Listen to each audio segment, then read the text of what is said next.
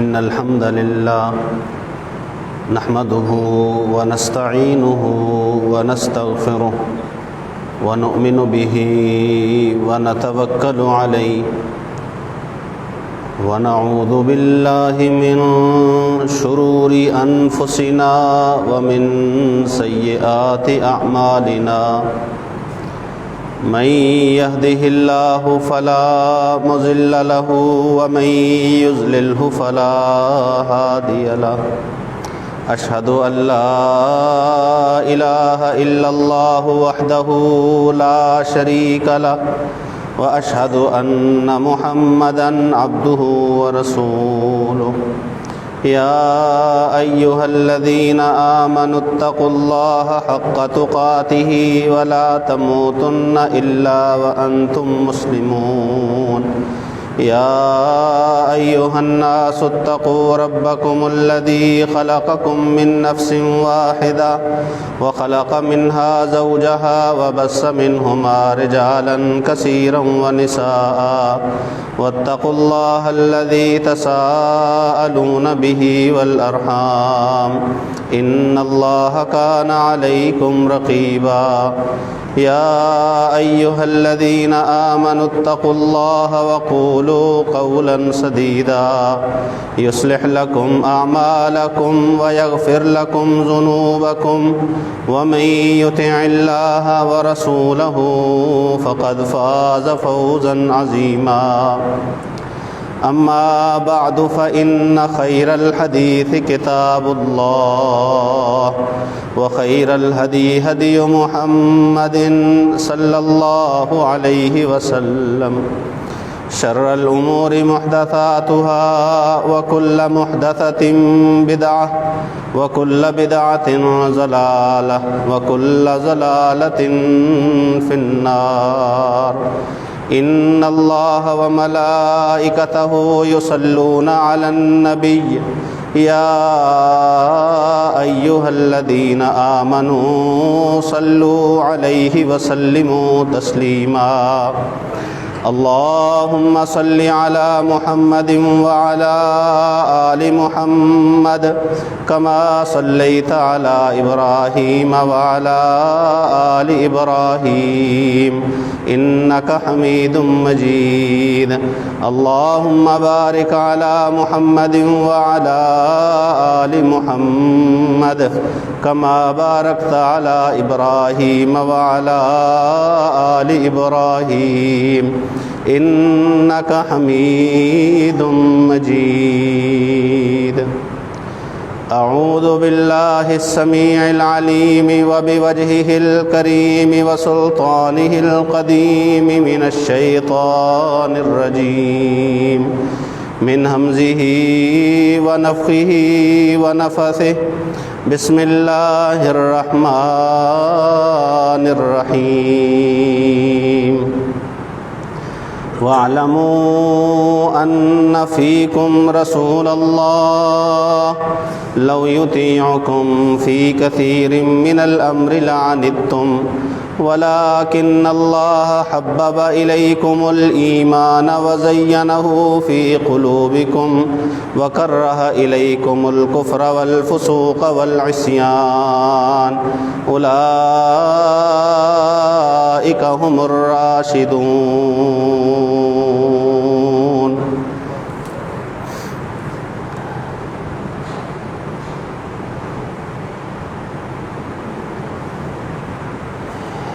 دین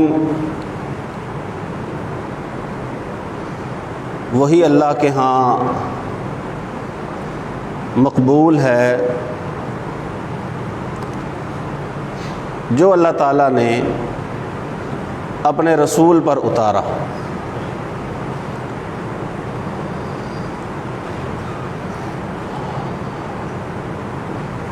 اور پھر اللہ کے رسول نے اس امانت کو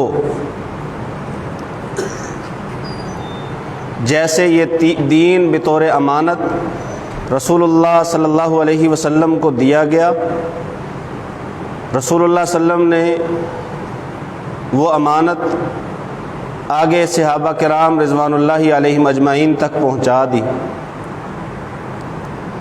اور پھر اس امانت کے امین صحابہ کرام رضوان اللہ علیہم اجمعین نے اسے تابعین تک پہنچا دیا اور دین کو دنیا کے کونوں تک پھیلا دیا۔ یہی 3 بہترین دور ہیں جن کا تذکرہ رسول اللہ صلی اللہ علیہ وسلم نے فرمایا۔ کہا یہ کہ لوگوں، کائنات میں سب سے بہترین دور وہ میرا دور ہے، اس کے بعد جو اس دور کے بعد دور آئے گا، اور اس کے بعد پھر جو تیسرا دور آئے گا۔ یہ 3 ادوار کائنات کے تمام ادوار سے بہتر ہیں، اور دین کی جو اصل ہے، جو دین کی بنیاد ہے، جو دین کی اساس ہے، وہ انہی 3 ادوار میں ہے۔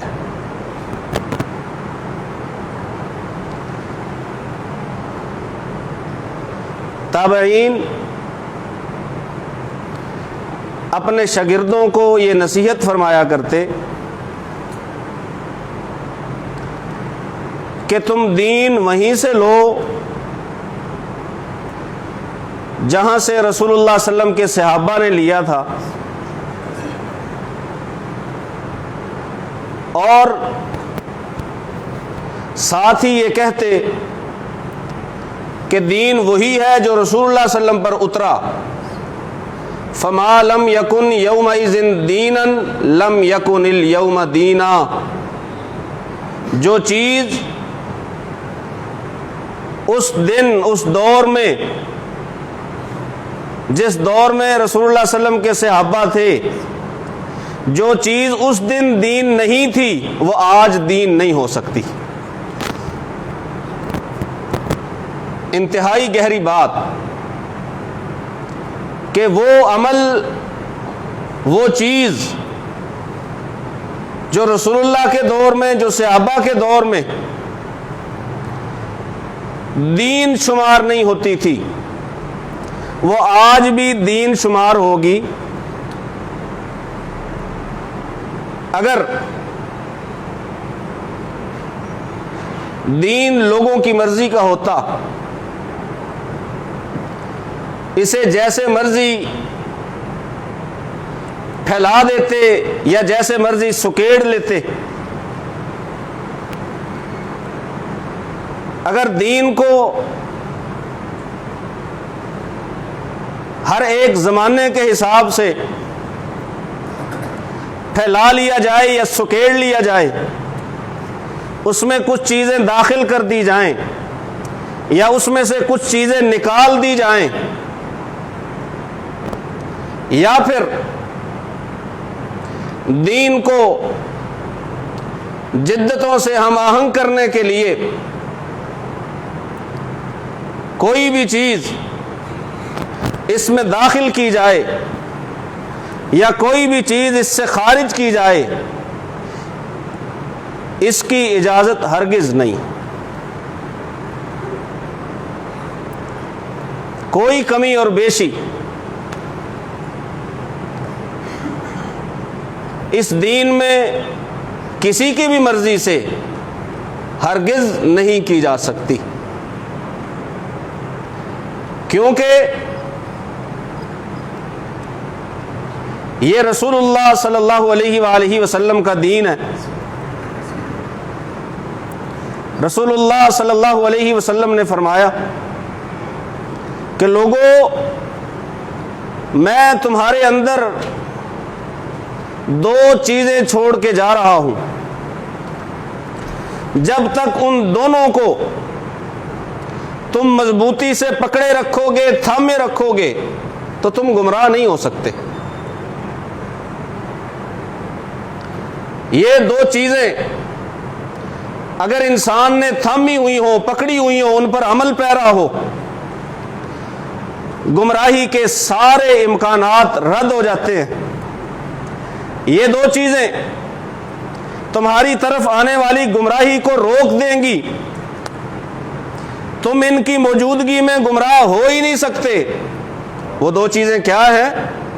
ایک اللہ کی کتاب ہے اور ایک محمد الرسول اللہ صلی اللہ علیہ وسلم کی سنت ہے۔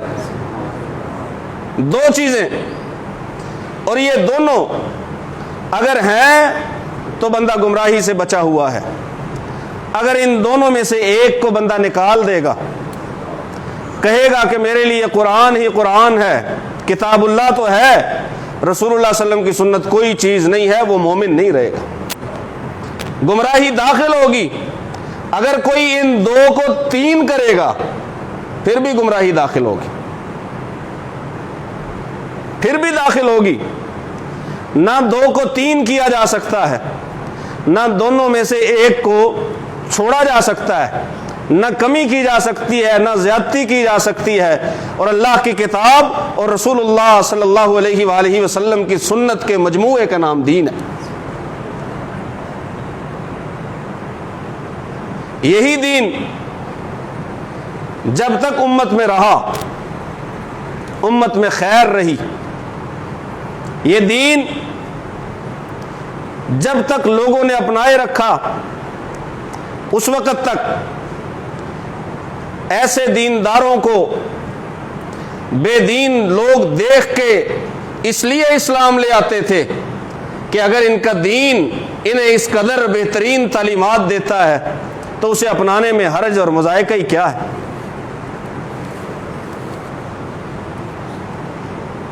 اور دین میں اضافے کی یا دین میں سے کچھ کم کرنے کی اجازت یا ضرورت تو تب ہو اگر یہ دین مکمل نہ ہو۔ اگر یہ دین مکمل نہ ہو، جب دین مکمل ہے، الیوم اکملت لکم دینکم، قرآن کہتا ہے مومنوں کو مخاطب کر کے، اللہ فرماتے ہیں کہ آج کے دن ہم نے تمہارے اوپر اس دین کو مکمل کر دیا۔ یہ مکمل دین، کامل دین، اس میں کسی قسم کے اضافے کی ضرورت یا اجازت نہیں ہے۔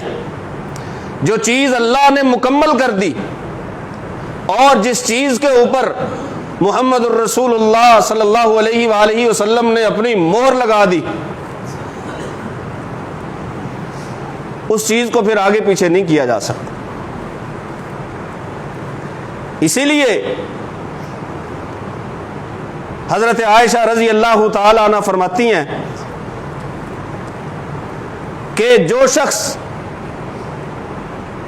دین میں کوئی نیا کام جاری کرے، کوئی نیا کام کر دے اور وہ سمجھے کہ میں نے بڑا اچھا کیا ہے، فقد زعم ان محمدن قد خان فی الرسالہ، یہ بات انتہائی توجہ کی مستحق ہے۔ الفاظ یہ ہیں حضرت عائشہ رضی اللہ تعالی عنہ کے کہ جس نے دین میں کسی نئے کام کو جاری کیا اور اسے خیال کیا کہ یہ نیکی ہے، اس بندے کا تو عقیدہ یہ ہے کہ رسول اللہ صلی اللہ علیہ وسلم نے دین پہنچانے میں خیانت کی ہے۔ فقد زعم ان محمدا قد خان فی الرسالہ، اگر وہ یہ سمجھتا کہ رسول اللہ صلی اللہ علیہ وسلم امین ہیں، انہوں نے اپنی اس امانت کو پہنچا دیا ہے، وہ گواہی جو صحابہ کرام رضوان اللہ علیہ مجمعین نے حجۃ الوداع کے موقع پہ بیک زبان دی تھی، جب رسول اللہ صلی اللہ علیہ وسلم نے فرمایا لوگوں سنو، کیا میں نے پہنچا دیا؟ جو میرے اوپر اترا تھا کیا میں نے پہنچا دیا؟ میں نے بتا دیا۔ اور رسول اللہ صلی اللہ علیہ وسلم نے بتانے کا اس قدر حق ادا کیا کہ آپ صلی اللہ علیہ وآلہ وسلم فرما گئے ترکتکم علی ملت البیضاء لیلھا کنہارھا، میں تمہیں ایک روشن دین پہ چھوڑ کے جا رہا ہوں، اس کی راتوں کے تاریکیوں کے مسائل بھی ویسے ہی واضح ہیں جیسے دن اور روشنی کے مسائل واضح ہیں۔ ایسے وضاحت کے ساتھ کہا لوگوں میں نے پہنچا دیا۔ سب نے کہا قد بلغت وأدیت ونصحت، اے محمد صلی اللہ علیہ وآلہ وسلم، آپ کی جو ذمہ داری تھی آپ نے اس ذمہ داری کو ادا کرنے کا حق ادا کر دیا ہے۔ آپ کے ذمے جس چیز کی تبلیغ تھی آپ نے تبلیغ کرنے کا بھی حق ادا کر دیا ہے۔ آپ کو اللہ نے کہا تھا کہ لوگوں کو نصیحت فرمائیں، آپ نے نصیحت فرمانے کا بھی حق ادا کر دیا۔ اور ایک صحابی رسول اللہ صلی اللہ علیہ وآلہ وسلم کے صحابی حدیث بیان کرتے ہیں، اور حدیث بیان کرتے ہیں اپنی موت کے وقت، موت سے چند لمحے پہلے حدیث بیان کی۔ کہا رسول اللہ صلی اللہ علیہ وآلہ وسلم نے فرمایا کہ جو شخص صدق دل سے لا الہ الا اللہ کہہ دے وہ جنت میں داخل ہوگا۔ اور کہا میں نے رسول اللہ صلی اللہ علیہ وسلم سے کہا اللہ کے پیغمبر کیا یہ بات میں لوگوں کو بتا دوں؟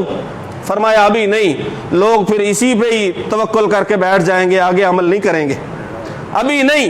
لیکن جب موت کا وقت قریب آیا تو انہوں نے حدیث بیان کی، اور حدیث بیان کرتے ہوئے انہوں نے کہا کیونکہ رسول اللہ صلی اللہ علیہ وآلہ وسلم نے فرمایا جس کے پاس دین کی بات میں سے، میری بات میں سے کوئی بات ہو اور وہ اسے چھپا لے، اسے لوگوں کو بتائے نہ،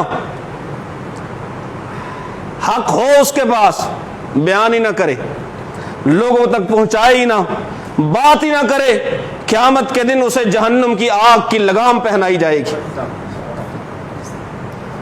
وہ پیغمبر جو اپنی بات، دین کی بات پہنچانے میں اس قدر لوگوں کو پابند فرمائیں کہ جو تمہیں میری طرف سے ملا ہے وہ آگے لوگوں کو پہنچا دو، بلغوا عنی ولو آیہ، یہ رسول اللہ صلی اللہ علیہ وسلم کی بڑی مشہور حدیث ہے کہ میری طرف سے جو بھی تمہارے پاس ہے چاہے وہ ایک جملہ ہی کیوں نہیں ہے وہ لوگوں تک پہنچا دو، وہ بتا دو۔ یہ امانت کا حق ہے جو محمد الرسول اللہ صلی اللہ علیہ وسلم نے ادا کیا ہے، یہ رسالت کا حق ہے جو اللہ کے پیغمبر نے ادا کیا ہے، اور اس رسالت کے حق کو رسول اللہ صلی اللہ علیہ وسلم نے مکمل ادا کیا۔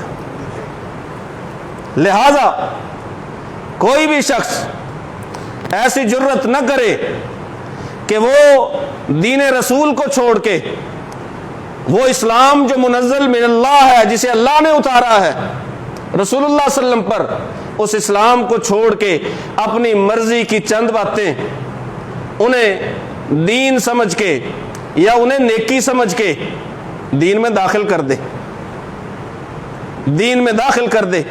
اگر کوئی ایسا کرے گا تو اس کا یہ عمل بدعت کہلائے گا۔ رسول اللہ صلی اللہ علیہ وآلہ وسلم جو بھی خطبہ ارشاد فرماتے اس میں آپ صلی اللہ علیہ وآلہ وسلم کہتے لوگو انا خیر الحدیث کتاب اللہ، سب سے بہترین بات وہ اللہ کی کتاب ہے، وخیر الہدی ہدی محمد صلی اللہ علیہ وسلم، اور سب سے بہترین سیرت و سنت وہ محمد صلی اللہ علیہ وسلم کی سیرت و سنت ہے۔ کائنات کی سب سے بہترین کتاب اللہ نزل احسن الحدیث، کائنات کی سب سے بہترین کتاب وہ قرآن ہے، اللہ کی کتاب ہے، اور کائنات کے لوگوں کے لیے بہترین نمونہ، بہترین سیرت، بہترین سنت وہ محمد الرسول اللہ صلی اللہ علیہ وسلم کی سنت ہے۔ یہ دو چیزیں بیان کر کے اپنے خطبے میں آگے کیا فرماتے؟ وَشَرَّ الْأُمُورِ مُحْدَثَاتُهَا، لوگوں سنو جتنے بھی کام ہیں ان میں سب سے برے کام وہ ہیں جو دین میں نئے ایجاد کیے جائیں۔ شر الامور محدثاتها وکل محدثۃ بدعہ، دین میں ہر نیا جاری کیا جانے والا کام بدعت ہے۔ کل محدثۃ، ہر نیا جاری کیا جانے والا کام بدعہ ہے. کل بدعت ضلالہ، اور سنو بدعت کوئی اچھی نہیں ہوتی، ہر بدعت گمراہی ہے. الفاظ ہیں رسول اللہ صلی اللہ علیہ وسلم کے. میں آج اٹھ کے کہہ دوں کہ نہیں جی کچھ بدعتیں ایسی ہوتی ہیں جو اچھی ہوتی ہیں، کچھ بدعات، کچھ دین میں نئے شروع کیے جانے والے کام ایسے ہوتے ہیں جو اچھے ہوتے ہیں، کہا جاتا ہے. لیکن جو فرمان رسول ہے وہ کیا ہے؟ کل محدثۃ بدعہ. یہ جو بھی دین میں نیا کام جاری کیا گیا وہ بدعت ہے. وکل بدعۃ ضلالہ، ہر ایک بدعت گمراہی ہے. استثنائی صورتیں نکال لاتے ہیں، استثنائی صورتیں، فلان چیز نہیں ہے، فلان چیز نہیں ہے، فلان، کس کس کو نکالو گے؟ بدعت میں سے کس کس چیز کو نکال لو گے؟ رسول اللہ صلی اللہ علیہ وسلم فرماتے ہیں ہر نیا کام بدعت ہے، ہر بدعت گمراہی ہے، اور کوئی بھی گمراہی ہے وہ بندے کو جہنم میں لے کے جائے گی. کل ضلالۃ فی النار. آپ دیکھیے قرآن اور اپنی سنت کو بیان کرنے کے بعد رسول اللہ صلی اللہ علیہ وآلہ وسلم نے بدعت کی مذمت فرمائی. بدعت ہی ہے. وَلَوْ يَرَاهَا النَّاسُ حَسَنًا، دین میں اگر کوئی نیا کام جاری کیا جائے وہ بدعت ہے، چاہے لوگ اسے اچھا ہی کیوں نہ خیال کریں. وہ 3 لوگوں کی بات، 3 لوگ رسول اللہ صلی اللہ علیہ وسلم کی عبادت اور شب و روز کے اعمال کے بارے میں انہیں پتہ چلا. انہوں نے کہا ہم تو پھر کچھ بھی نہیں ہیں، اللہ کے پیغمبر تو وہ ہیں جنہیں اللہ وحدہ لا شریک نے پہلے ہی معاف کر دیا ہے، ان کے ذمے کوئی غلطی ہے ہی نہیں، وہ اتنا عبادت کا اہتمام کرتے ہیں، ہم تو کچھ بھی نہیں. آپس میں بیٹھے مشورہ کیا. ایک نے کہا لو جی میں شادی نہیں کروں گا، میں نے شادی نہیں کرنی، زندگی میری عبادت کے لیے، اللہ کے لیے وقف. دوسرا ہے، اس نے کہا لو جی میرا بھی پکا ارادہ ہے، آئندہ میں کبھی بھی رات کو سوؤں گا نہیں، ساری رات عبادت کروں گا. تیسرے نے کہا میری بھی سنو، آئندہ میں نے روزہ چھوڑنا ہی نہیں ہے، روزہ میں رکھ کے ہی رکھوں گا، روزہ نہیں چھوڑ، روزانہ روزہ رکھوں گا. یہ تو باتیں کر کے چلے گئے. جس سے آ کے پوچھا تھا اس نے رسول اللہ صلی اللہ علیہ وسلم کو بتلا دیا. رسول اللہ صلی اللہ علیہ وسلم نے فرمایا بلاؤ.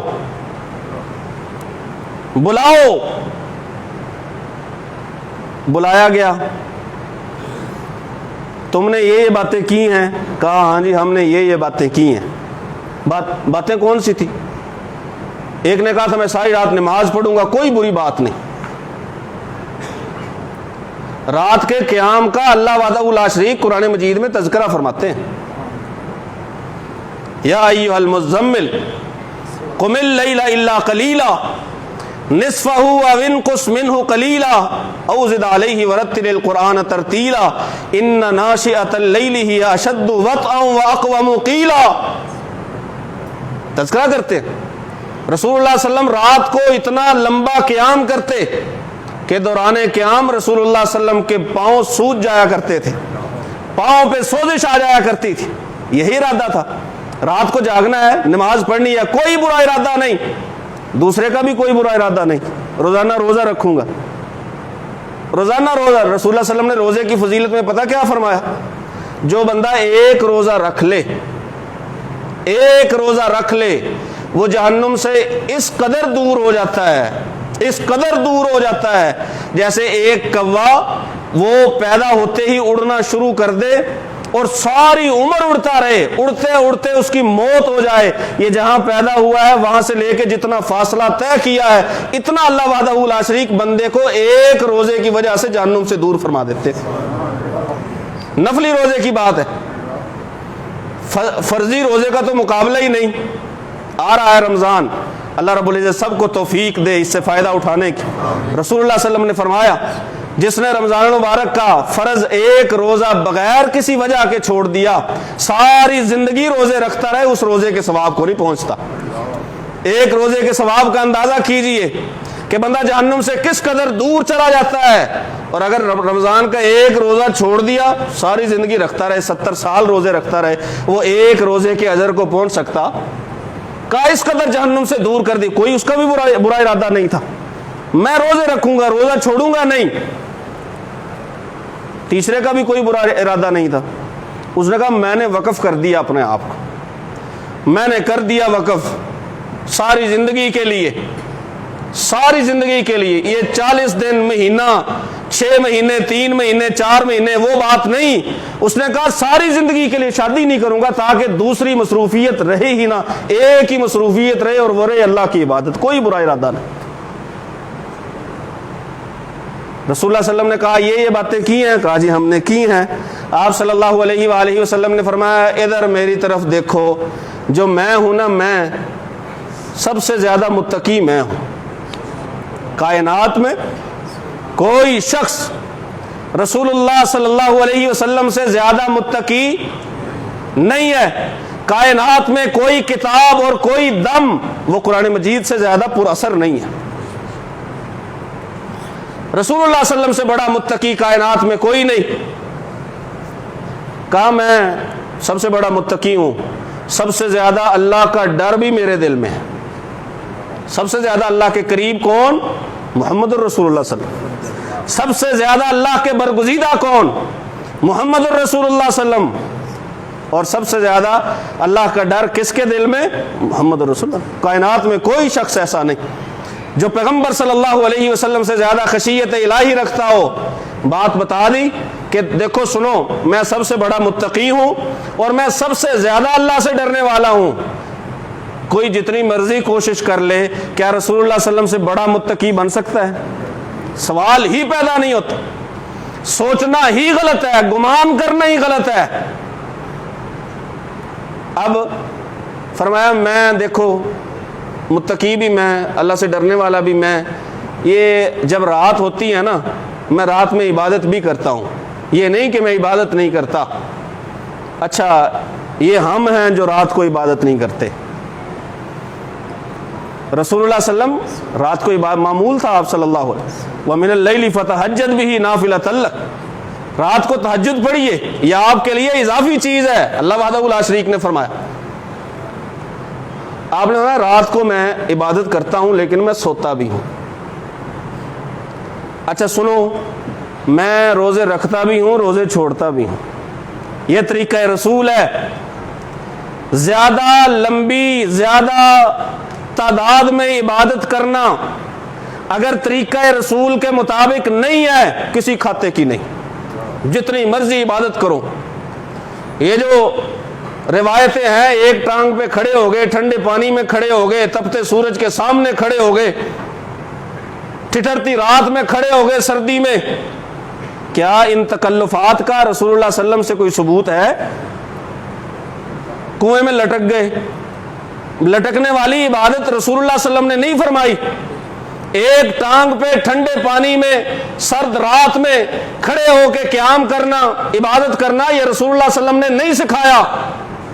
جب یہ رسول اللہ صلی اللہ علیہ وسلم کا طریقہ نہیں ہے، چاہے کوئی کتنے ہی اچھے چہرے والا، کتنی بڑی زیادہ شہرت والا کوئی بھی شخص یہ کام کرے، اس کے اس کام کا رتی برابر بھی اسے قیامت کے دن فائدہ نہیں ہوگا۔ کیوں؟ کیونکہ رسول اللہ صلی اللہ علیہ وسلم کی سنت و سیرت کے مطابق نہیں۔ یہ سنت ہے، رات کو سونا بھی ہے، رات کو عبادت بھی کرنی ہے۔ ایک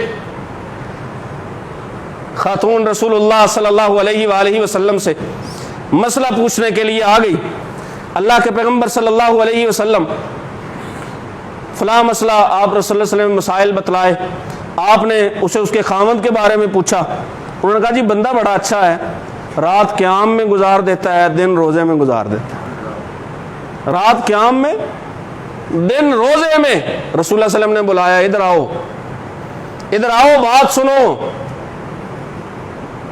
بس رات قیام میں، دن روزے میں، رات قیام میں، دن روزے میں، یہ درست نہیں ہے۔ تیری آنکھ کا تجھ پہ حق ہے، تیری بیوی کا تجھ پہ حق ہے، تیرے مہمان کا تجھ پہ حق ہے، تیرے جسم کا تجھ پہ حق ہے۔ قم ورقد، قیام بھی کر آرام بھی کر، روزہ بھی رکھ، کوئی کوئی دن بیچ میں چھوڑ بھی دے۔